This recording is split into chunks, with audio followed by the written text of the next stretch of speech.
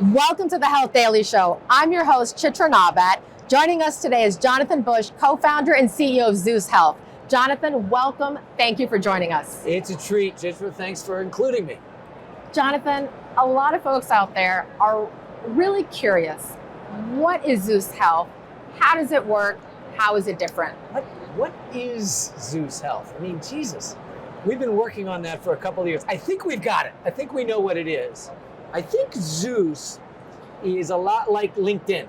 It's a thing you can look at and see something about someone, or you can connect your machine to and subscribe to it as a feed and react to it in a tech kind of world. So you can look up someone's LinkedIn profile, or you can attach your HRIS to it and instantly know whether this or that company just let people go or whatever. So Zeus's case, it's not the resume, right? It's the record.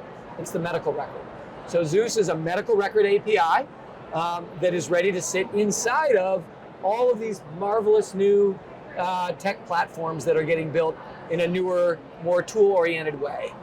There are 3 EMR companies that have now made it there are SaaS companies that have a DaaS option. You can turn on the Zeus aggregated profile, which we call the ZAP, inside of Healthy. We're actually going live today and doing demos at our booth, which we hope all of you go and see. But there are other EMRs that are going to go live with that as well. And companies that have built their own patient-facing and provider-facing stacks, but want to have the actual truth about a record. And as a patient moves around the world and gets care or misses care, to know about it, they can subscribe as well. So there's elements here around holistic data capture, information connectivity, actionable insights. These are some of the biggest barriers in healthcare. Yep. And frankly, you and I, over 20 years ago, when you founded and were CEO of Athena Health, these are topics we talked about back then. Indeed we did, and I blew it. Athena was great because of really one thing, which is that we had one single insurance file. So there was one set of insurance packages and insurance companies, and behind it, one set of connections that the federation of users could use.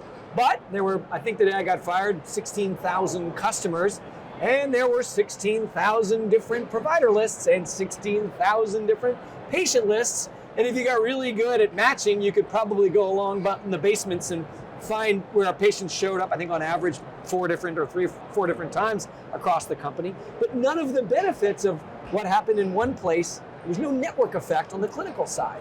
And a lot of the money I spent was trying to re-platform Athena. It was a labor of love. We joined by David Black over here, who tried to help me. It was just too hard. Maybe a different, better man or woman, but Zeus is basically picks up where that fail left off to say, let's get that list right. Let's have there be one single national master person index, and then one single profile that is always on and always updated for the coalition of builders who are willing to federate and share and know what else is going on, that give a darn, to get a hold of. So to make it a little bit more tangible for folks, how do you think about some of the specific stakeholders or constituents and how they would either engage or use, leverage Zeus? So stakeholder 1 is the software company. I'm building a SaaS company and I want there to be data in it. I can't tell you how much time it took when one Athena customer bought another Athena customer and they wanted to have a single Athena database. We had to do ETL and matching across these customers as if they were from totally different systems. You're my hero. I love you. Love you too, of course, but he's amazing, John Driscoll. Anyway, what we've done is, you're amazing, in particular. My wife. Anyway, it's very hard to focus when you're right there. What were we talking about? Oh, so the idea of creating that single logical identity, what's interesting is, in Athena days, a lot of the fee-for-service providers did not want that to happen. They really wanted to redo that blood test in their own lab at an 80% margin. So you really needed what I call the sort of health generation of companies that are, I'm a laser narrow, I do nothing but primary care really well, and then stitch in people nationwide, or I do nothing but early alcohol abuse disorder, or I do nothing but COPD, or I do nothing but acute mental illness. These guys actually selfishly want to share because they don't really want to be the one to do the blood test, but they want to know what the results were. that generation can also code. They've got capital and engineers. They have a CTO, not a CIO.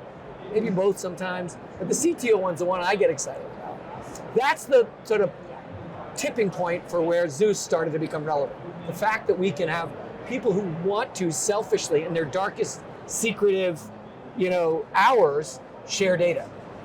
There are hundreds, if not thousands, of startups out there, many at this conference. Yes, indeed. Who view that they've got data, analytics, different types of solutions that could be additive. Yes. What are the metrics, attributes you look for in other founders, companies, for you to partner with them? Well, obviously, in one category, we have very strict criteria. If you actually want to consume the Zeus aggregated profile in your electronic medical record company or in your patient-facing portal, you need to have a pulse and the ability to click on a DocuSign, and then we love you. Now, there are other categories of folks that we want to partner with. So folks that have already done a lot of ETL work and have surfaced data that we would love to add to the profile. I mean, Zeus today has, the Commonwealth and the Care Equality and a couple of the labs and, the SureScripts. But we'd love to go all the way down the line with, Medtronic and Fitbit and Whoop, and anybody who's got that work done, we want to partner with. And the other thing that we're excited about is there's a lot of folks that are doing a lot of enrichment. We do enrichment at Zeus. We fill in missing codes, we deduplicate, we make everything Fire native. We do a fair amount of work, but we're not guessing at missing codes by doing an AI sort of algorithm against the data that we do have. We're not doing RAF scoring, we're not doing all the other things, and we don't ever want it. Those are companies that if they want to be in a marketplace and be available to Zeus builders without an integration, without a complicated setup, we'd love to have them on board. Complicated. Let's talk about value-based care. Sure. There's a lot of hype around this, more so than action. Yep. What do you think it will take to implement value-based care at scale, and where does Zeus come in?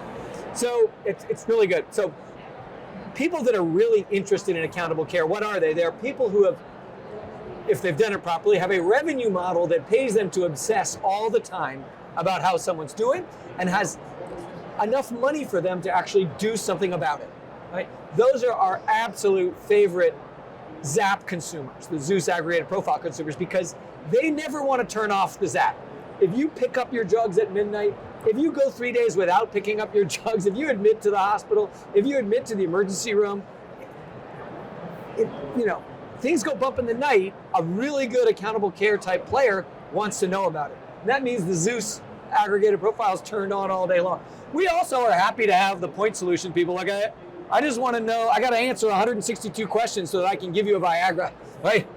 If Zeus can answer 82 of them, my CAC, my cost of getting someone onto my platform drops dramatically. So sure, I want that. But that person may not be back. They may not keep the Zeus profile turned on all day long. So we love them. It fills out the data graph and makes us do our job, et cetera, and we desperately want them.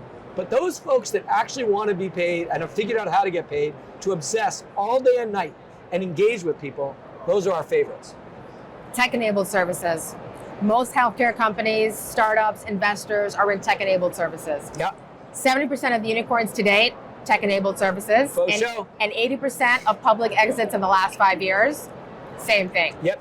You founded Athena Health more than 25 years ago, tech-enabled services. You went public, you had an exit, now Zeus Health. Since you've been at this a very long time, I have. Share your learnings to founders out there in terms of what it takes to build a tech-enabled services company at scale, and get market adoption at scale. Yeah. Well, I think the idea of coming up with a job to do, like imagine there are these, programmable fembots that can show up in an office and just start doing things. What is that thing? What is that job that you see out there that are people doing that? And the ideal screen is that the people doing it hate it and suck at it. You can occasionally pick off a job that has one or the other, but it's really good when there's both. Because people who suck at something but like it don't really want to bring in a partner, right? And people who, what's the other one? Suck at it, but and then don't suck at it. It's like, I don't like it, but I do it really well. I kind of can't justify letting it go because the bar's too high for you to cross, right? So that's the first thing. The second thing is find a category of customer where there's a lot of crazy ones, a lot of little buyers. I could not have started Zeus with my co-founders in 2018 or 17 or 16 or 15 because I needed 4,000 fully funded with $40 billion digital health companies that were wackadoodle, trying every goddamn way to get a nut, right? Then I could go out and say, hey, there is this idea of data as a service. You don't have to go make your data with little clipboards or little, form stack mobile. Hey, answer 900 questions with your thumbs before we can treat you. Like, there is this idea of DaaS, right? If we didn't have 4,000 wackos out there, there wouldn't have been the 30 wackos that have signed up for Zeus. At Athena, it was these struggling independent sort of 4 to 10 doc primary care groups or women's health groups, or, medical practices that were like, shit, I don't know if we're going to make it. Like, the billing is killing us. And so enough wackos were deciding between death and dishonor, where Athena was dishonor, like, shit, let's humiliate ourselves and let these kids try, right? So that's the second real filter that I would focus on. And the third is, I know that this is weird, like, I know this shouldn't be a thing, but people need to hear that you're supposed to make money. You're supposed to make money at the microeconomic level. Like, each customer is supposed to make money. That means you do that job that it costs them 11 to do the job, and you can do it for 3, but you can charge them 6, and that's business. I can't believe how many people, for how long, have been satisfied at the idea that it costs them 6, it costs me 7, and I'm gonna offer it for 3. What? Unless you have a really clear path to how that's gonna be flipped, those are my 3, hate and suck at, can make money, and pile of crazy ones to start with. Jonathan, leadership. Yeah. In business and life, there may be codes, norms, rules to how things are done. Yeah. Where in your life or business career have you been a code breaker, and how did you do it? Code breaker, and how did I do it? I don't know. I think weirdly, and most of these things are like this. When the first penguin in a movement actually does jump in the water and start swinging before all the others, it's way later than it should have been. Like, that guy should have been in there a while ago. So at Athena, the idea that this internet thing is going to be big probably didn't need to wait to 2000 to get started, right? But because it just got resisted and resisted and resisted, or people were blinded, I could literally show up with the idea of a read-write, industrial strength internet platform in 2000, and really by the time I was selling with any scale, it was 2004, made me the first penguin, and nobody wanted it. So I think that's an example. I think today, the idea of federated data, I was, too early at Athena trying to get people to share, and now I think, the timing is right. But I also think just in general, leadership is about not these big movements, not the whatever side of the brain the sort of practical, tactical analysis is. It's more these it's like the reverse of a microaggression. Like, are you willing to be uncomfortable, making other people uncomfortable, saying something that's true? Are you willing to be the first guy to say that the food pyramid against which all of the FDA was built for 30 years based on groundbreaking research with all these scientists is just wrong? It's just not true. That fats, animal fats, and all those things are good for you, good for your brain, and don't make you fat. Like, that's a giant thing. The mask thing. Oh, the mask. For the good of the public, we're all going to say, that we all got to wear. And first it was like, oh shit, we don't have any masks. Okay, let's pretend that the science says that you have to wear blue jean masks. Remember that? That was a real thing.